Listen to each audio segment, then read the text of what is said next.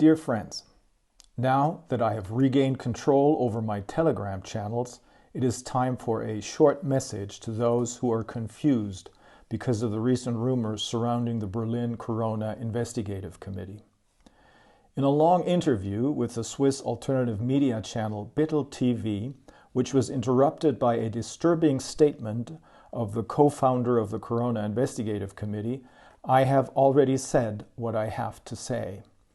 The allegations of this co-founder of the Corona Investigative Committee are completely fabricated and false.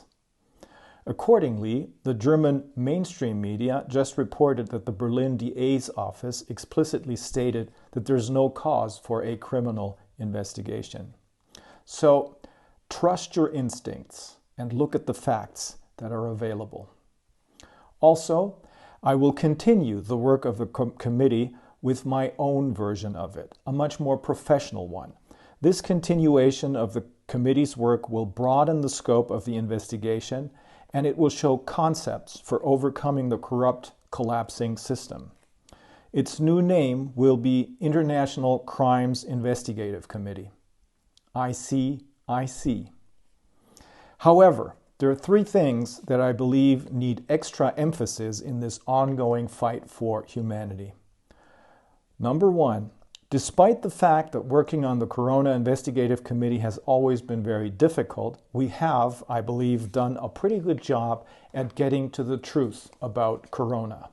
It is not a pandemic, but rather a plandemic that is driven by intentional panic mongering and the misuse of the PCR test to create cases that never existed. This plandemic is only one tool out of the toolbox of those who are behind this. And behind this are a few super-rich people, megalomaniac psychopaths, as the experts on psychology and psychiatry whom we interviewed have explained to us.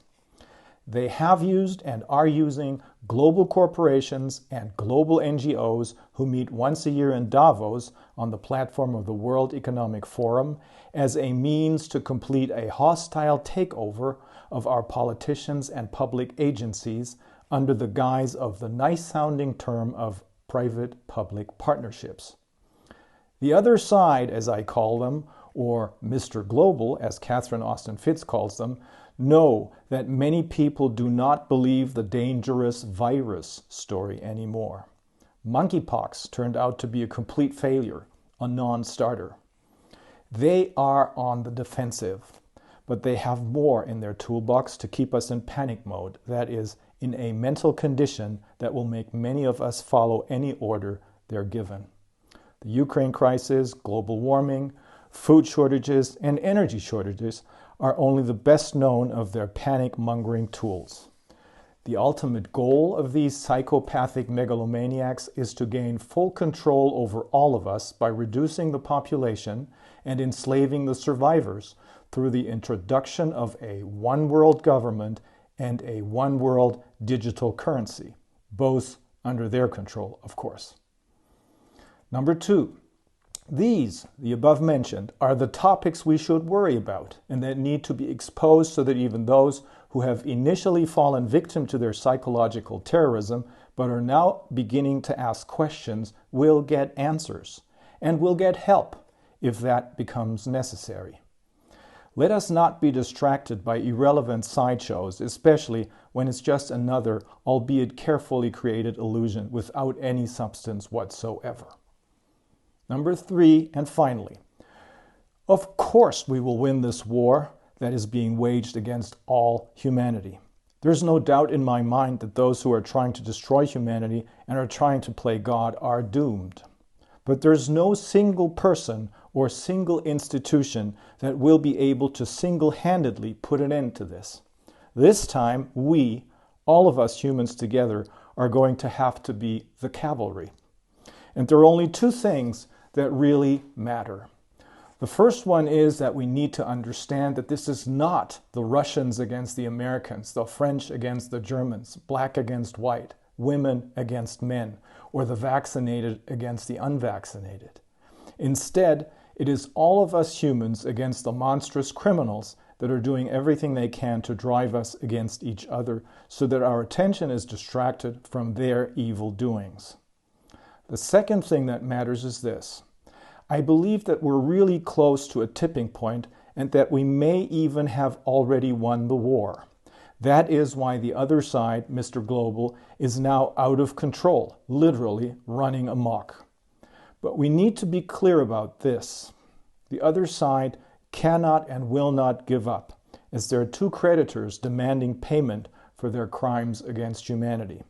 One of the two creditors is us and our judiciary, which, if it becomes necessary, will be of our own, that is, the people's own creation, outside of their corrupt system. The other creditor is what I call the higher spiritual powers, others call it God. It's probably the same. And those who play God never went unpunished, if I remember correctly. Oh, and just one more thing, as Columbo used to say. This past weekend, Professor Sushrit Bhakti and I had the privilege and honor to be invited to Athens, the cradle of democracy, by the Greek healthcare workers who refused to participate in these crimes against humanity and lost their jobs as a result.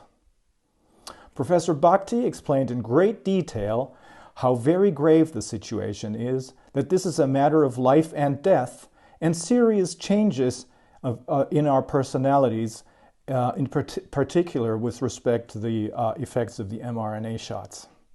I summarized the findings of the Corona Investigative Committee and how the legal efforts of a growing number of combative attorneys are now, in some parts of the world, becoming more and more successful.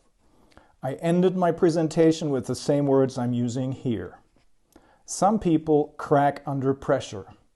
I do not, and I will not. And I'd like to add, the same is true for the Greek healthcare workers, and the same is true for each and every one of you. Trust your instincts, look at the facts, and you'll see through all of this, through each and every mask.